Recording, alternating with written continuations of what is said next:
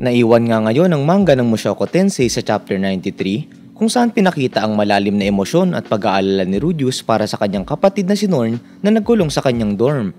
Sa paghahanap ng dahilan sa likod ng pagkakakulong ni Norn ay nalaman ni Rudeus ang iba't ibang reaksyon at opinyon ng mga estudyante at guro. Habang sinusubukang unawain ang sitwasyon, naalala ni Rudeus ang kanyang sariling karanasan sa kanyang nakaraan na nagbigay sa kanya ng mas malalim na pag-unawa at empathy para kay Norn. Sa uli, napagdesisyonan ni Rudeus na harapin ang sitwasyon at tumulong kay Norn at sa proseso ay kinilala niya ang kanyang responsibilidad bilang isang kuya. Ngayon naman, ipagpapatuloy natin ang napag-iwanan ng latest chapter at dadako tayo sa chapter 5 ng volume 11. Sa volume na ito ay pinaliwanag na may mixed feelings si Norn kay Rudeus. Yung unang encounter nila ay yung nakita niya si Rudeus na nakikipag-away kay Paul na nagsani ng pagkawala ng tiwala niya doon. Habang yung iba ay pinupuri ang kanyang kapatid, naramdaman niya na na-overshadow siya at nagkaroon pa ng rivalry kay Aisha. Pressure din siya ng lola niya na i-uphold yung family honor nila kung saan ayaw niya. Gayunpaman, pinadala siya sa kanyang kapatid para sa kaligtasan niya na ayaw niya din. Sa kanyang paglalakbay, nakilala niya si Ruijerd, ang isang mabait na lalaki at kinomfort siya nito. Sa kabila ng kabaitan nito, hinahangaan din ni Ruijerd si Rudeus na lalong nagpa-intensify sa nararamdaman ni Norn. Lumaki siyang natatakot na marionate sa kanyang kapatid, pero yung mga istorya ni Ruijerd ay nagbigay sa kanya ng comfort. Nung nakapag-reunite na siya kay Rudeus, nakita niya itong lasing at kasama ang isang babae na lumalabas na asawa na nito na galing sa kanilang childhood village. Hindi niya masyadong natandaan yon pero naramdaman niya na parang may mali. Nung nakita niyang masaya yung kapatid niya ay nagsani iyon ng pag-angat muli ng kanyang feelings of resentment, lalo na't naging sobrang loyal ng kanilang tatay sa nanay nila. Naramdaman ni Norn na hypocritical si Rudeus. Natakot siyang sabihin yung nararamdaman niya dahil iniisip niya na baka magalit yung kuya niya. Nung umalis na si Ruijerd matapos sila nito ihatid, lalong naramdaman ni Norn ang pagiging isolated habang napapalibutan ng kanyang kapatid, ang asawa nito, at ng isa pa niyang kapatid na sa tingin niya ay lagi iyong pinapaboran. Naramdaman niya na out of place siya sa bahay na yun at natakot siyang makumpara sa kanyang mas talentadong kapatid na si Aisha. Nung na-mention ni Rudeus ang tungkol sa school, nakita ayon ni Norn bilang isang escape lalo na nung nalaman niya yung tungkol sa dorms. Umasa siyang manirahan doon, malayo sa shadow ng kanyang kuya. Nung nahihiya niya iyong sinuggest ay hindi niya inaasahang papayag agad si Rudeus na nagsani naman ng pagkagalit ni Aisha. Hindi maintindihan ni Norn yung actions ng kanyang kuya at naramdaman niya na baka gusto lang siya na umalis ng bahay. Dahil sa realization na yun, inalungkot siya kahit na ayun naman yung gusto niya. Matapos yun, inanirahan na si Norn sa dorms at isa iyong bagong experience para sa kanya. Nung una ay nag-aalangan si Norn sa kanyang roommate na si Melissa na galing sa Magic Race o mas kilalang sa Bird Race, isang grupo na binalaan siya ng kanyang lola. Gayunpaman dahil sa kanyang nakaraang encounter kay Ruijerd, nilapitan niya si Melissa ng may respeto. Lumalabas na matulungin naman itong si Melissa at ginaid niya si Norn sa dorms rules at routines. Challenging kay Norn ang pag-adjust sa bagong school lalo na't pumasok ito ng midterm na. Iba yung teaching methods at medyo nahihirapan siya sa magic classes. Natakot siya na dahil sa mga mabababang marka ay papabalikin siya sa bahay ni Rudeus kaya nagsumikap siyang mag-aral. Sinuportahan siya ni Melissa at tinulungan siyang makakatch up sa mga lesson. Naramdaman ni Norn na na-overshadow siya ng reputasyon ng kanyang kuya sa school. Kilala iyon bilang isang makapangyarihan at influential na tao na may usap-usapang pa tungkol sa pagpapasaway nito. Pero sa laking gulat niya ay may maganda itong reputation. Hindi siya mapanakit, dinidiscourage siyang bullying at pinupuri ito dahil sa kanyang teaching skills. Maraming nag-encourage kay Norn kasama na dun si Melissa na gayahin si Rudeus. Nagpairita naman yun kay Norn dahil niresent niya iyon at nararamdaman niyang inferior siya doon. Hindi niya maintindihan kung bakit manghang-mangha yung iba sa kuya niya, lalo na't nakikita niya iyon nang may pagkamuhi. Matapos yun ay bumalik na si Norn sa dorms na puno ng damdamin tulad ng bitterness, pagkalungkot at galit na nagdulot ng kanyang pag-iyak. Nung sinubukan siyang i-comfort ni Melissa ay umiwas siya. Sinimulan niyang questionin yung perceptions niya kay Rudeus habang nire-recall ang pagsapak ng kanyang kuya kay Paul. Narealize niya na baka ay na-misunderstood niya lang yung actions at feelings ni Rudeus, lalo na considering ang kanyang sariling current struggles. Na-feel ni Norn ng pagka-lost habang namimiss ang comfort ng kanyang tatay at ni Ruijerd na magpapagaan sa mga ganong sitwasyon. Nung nagiging supportive si Melissa sa kanya ay nararamdaman niyang hindi niya iyon maaasahan, lalo na't sinuggest no na harapin niya yung kuya niya o umattend ng klase. Na-feel ni Norn ng lungkot at tila hindi siya makagalaw. Habang nalulong sa pag-iisip si Norn, nagulat siya nang makita niyang kanyang kapatid sa kwarto ng dorms. Ito yung unang pagkakataon na tinignan niya ito genuinely at nakita niyang resemblance ng kuya niya sa tatay nila. Lalo na sa anxious expression nito. Nanghingi ng tawad si Rudius dahil hindi nito naiintindihan yung struggles at feelings niya. Narealize ni Norn na natatakot lang yung kuya niya na ma-reject niya. Dahil sa realization na yon ay unti-unting nawala yung pagagalit niya sa kuya niya. Naintindihan niya na kagaya ni Rudius yung tatay nila na hindi siya nun sasaktan. Sa perspective naman ni Rudius, naramdaman niya ang pagka-helpless. Ayaw sabihin ni Norn yung nararamdaman nito at hindi niya ito maintindihan. Matapos umiyak ni Norn at mukhang nakahanap na ito ng peace, nakaramdam siya ng sense of relief. Dahil naniniwala siya nga alagaan ni Sylvie yung kapatid niya ay umalis na siya sa kwarto. Kinabukasan matapos ang kanilang emotional encounter, tila mas kalmado na si Norn.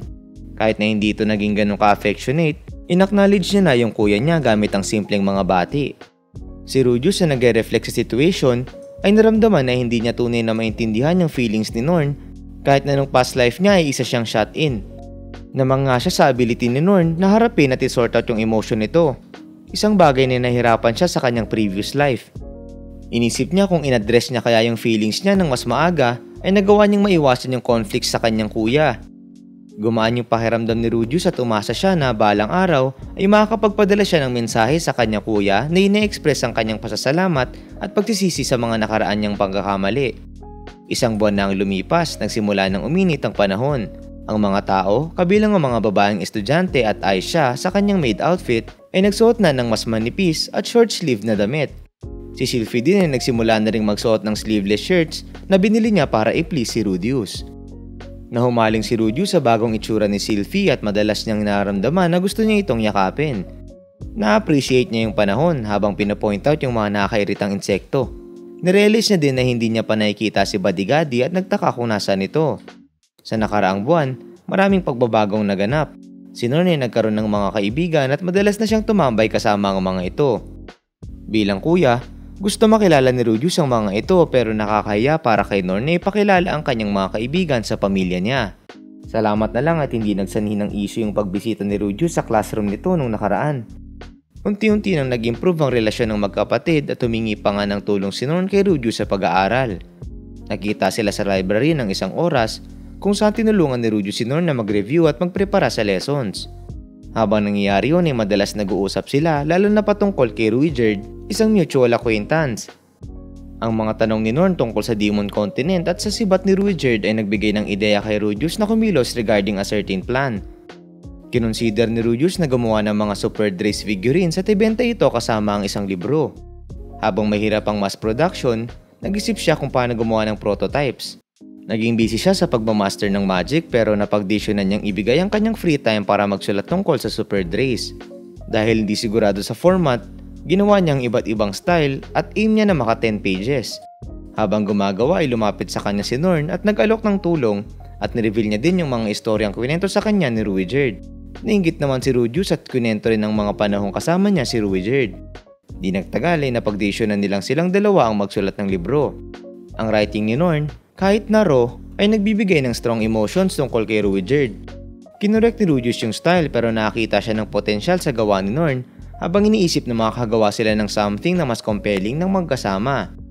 Sa sumunod na eksena ay napansin ni Rudius ang pagbabago sa ugali ni Aisha mula nung maging maayos ang pakikitungo niya kay Norn. Kahit na nananatiling hindi maganda ang relasyon ni na Aisha at Norn, nabawasan na ang overt hostility ni Aisha.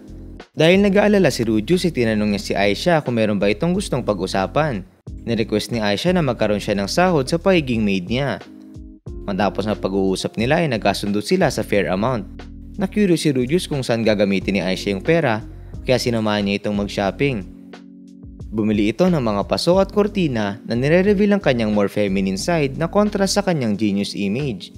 Piniliwanag ni Aisha na ang kanyang nanay na si Lilia ay hindi siya pinapayagang magkaroon ng personal preference in furnishing. Sinuportahan ni Rudius yung choice ng kapatid niya at unti-unting napuno ang kwarto ni Aisha ng maiden-like items na nagpapakita ng paglago ng kanyang sense of individuality. Parehong proud at medyo nag-aalala si Rudius sa evolving personalities ng kanyang mga kapatid.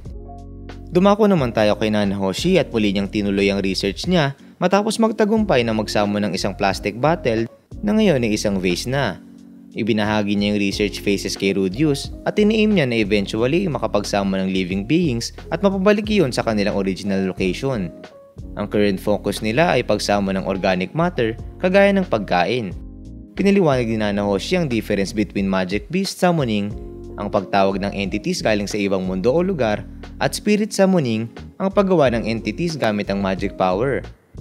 Binigyan niya si Rudius ng isang unique magic circle para sa pagsama ng isang light spirit at sinuggest na pwede niya itong i-replicate at ibenta para kumita. Inisip ni Rudius yung implications ng research at yung potential na makombine yun sa ibang studies. Binigyan din ni Nanahoshi ang pag-iingat dahil ayaw niyang ma-alter drastically ang history ng mundo. Kamakailan na natapos si Zanuba sa pag-craft ng Red Dragon figure na bagamat may pagkakaiba mula sa tunay na Red Dragon na nakita ni Rudius ay tinanggap pa din bilang isang gift. Si Julie na hindi madalas magpakita ng emosyon ay pinahayag ang kanyang admiration at pasasalamat sa figure. Ang language din nito ay nag-improve na significantly salamat sa pakikinig nito sa mga correction ni Ginger. Si Ginger ay laging present at tumutulong kay Zanuba at meron itong deep loyalty doon. Nung tinanong ni Rudius si Ginger tungkol sa loyalty nito, nireveal ni Ginger na nangako siya sa nanay ni Zanuba na magsisilbihan at poprotektahan niya ito. Inisip naman ni Rudius na kung yung nature of loyalty at dedication ni Ginger ay link sa isang masochistic tendency habang nire-recall ang isang perspective ng isang old manga on feudalistic society. Sa sumunod na eksena, nakausad na si Cliff sa kanyang research at nakalikha siya ng prototype magic tool na kayang isuppress partially ang symptoms ng isang curse. Gumagana yung tool sa pamamagitan ng pagbalance ng external magic power sa internal magic power na apektado ng curse. Gayunpaman, merong dalawang issue ang lumitaw. Una, yung design ng tool ay unappealing dahil mukha yung diaper na nagsanin ng disagreement sa pagitan ni Cliff at Elena Liz. Layunin nilang bawasan ang laki nito na something more discreet, kung kaya ay parang isang glove lang. Ang pangalawang problema ay yung high magic power consumption ng tool. Maski si Cliff na merong significant magic power ay kaya lang yun gamitin ng isang oras. Para ma-resolve yun, hiniling ni Cliff ang tulong ni Rudius for further testing dahil sa kanyang vast magic power reserves. Pero ang tool na yun ay hindi pinipigilan ng sexual excitement. Kamakailan ay naging masaya na yung buhay nila. Ang pang-araw-araw na gawain ay nagko-consist ng morning training, school, pagtulong kay Zanuba at Cliff sa kanilang research, pagtulong kay Norn sa studies, pag-shopping kasama si Sylphie at makasama ang pamilya sa gabi. Natapos ang araw with quality time kasama si Sylphie at mahimbing na pagtulog. Kada araw ay nagbibigay ng onting pagbabago pero overall ay meron silang steady at contented life. Ang lifestyle daw na ito ay tila isang tunay na kasiyahan, isang bagay na hindi na-experience ni Rudius sa kanyang past life. Ang anticipation ng pagbabalik ni Paul in a year ay dumadagdag sa kanilang pag-asa sa mas masayang buhay. Sa sumunod na eksena, isang unexpected incident ang nangyari isang araw.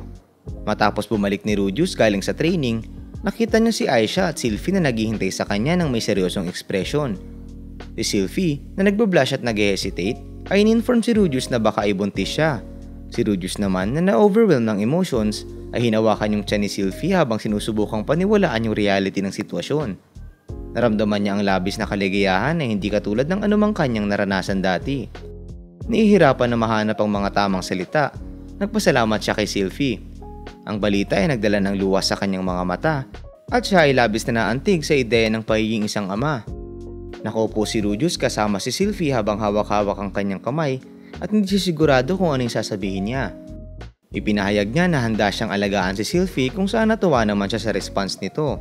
Inisip din nilang dalawa kung ano kaya yung magiging gender ng kanilang anak at di nagtagal na pagdesisyonan na hindi yun mahalaga basta't healthy at energetic yun. Pinakita ni Sylphie ang gaan ng kanyang loob dahil sa wakas ay asawa niya na si Rudius at nireassure ni Rudius ang kanyang loyalty at commitment. Nagbigay sila ng oras sa pagiging tahimik lang na magkasama habang ina-appreciate ang kanilang bond. Isang gabi, bumalik si Aisha kasama si Norn para batiin si Sylphie. Agad na nagbanding sina Norn at Sylphie at nagkaroon sila ng warm moments. In-inform ni Aisha yung iba tungkol sa pregnancy ni Sylphie at ang plano nila para sa darating na pagbisita ng kanilang pamilya at mga kaibigan.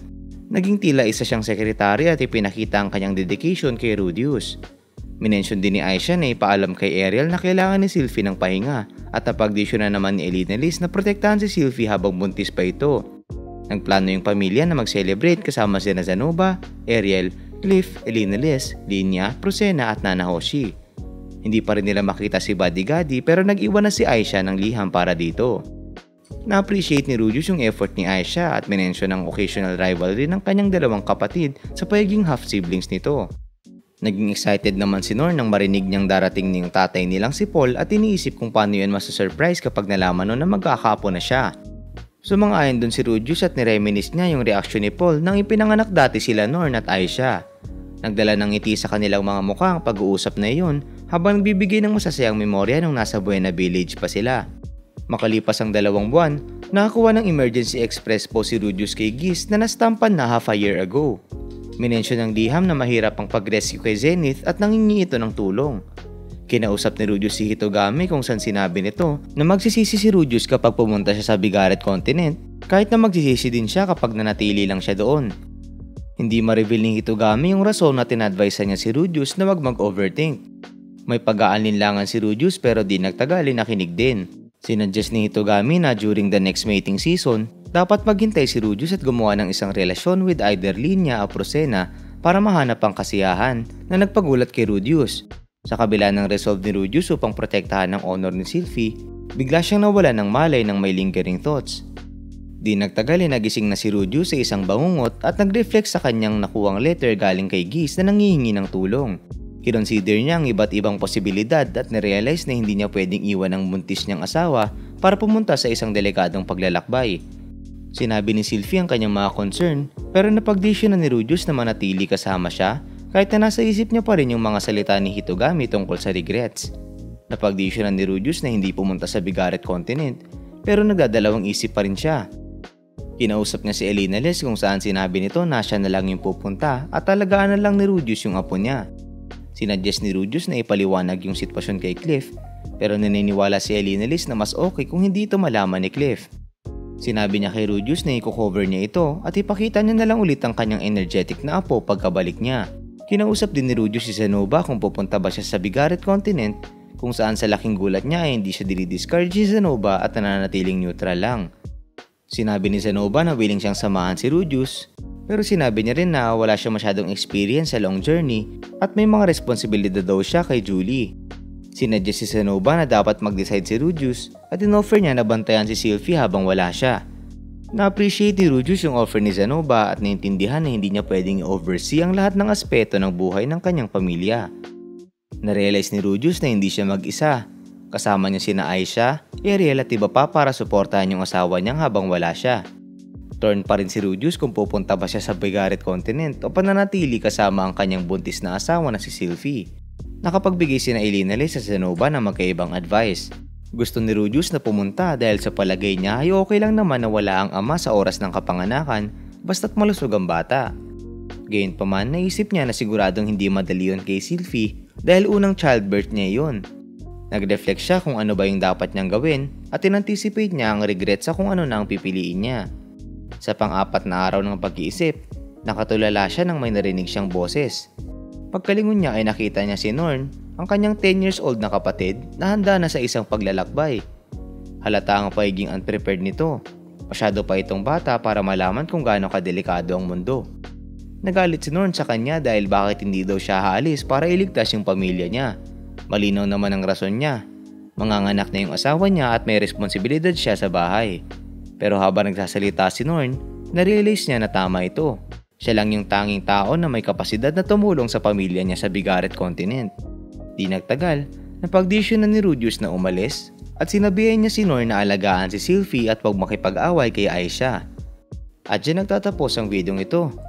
Ang haba pa pala ng napag-iwanan ng latest manga chapter. Kung gusto mo pa ng iba pang anime at manga reviews, huwag kalimutan mag-like and subscribe para maging updated ka sa mga susunod na bagong videos.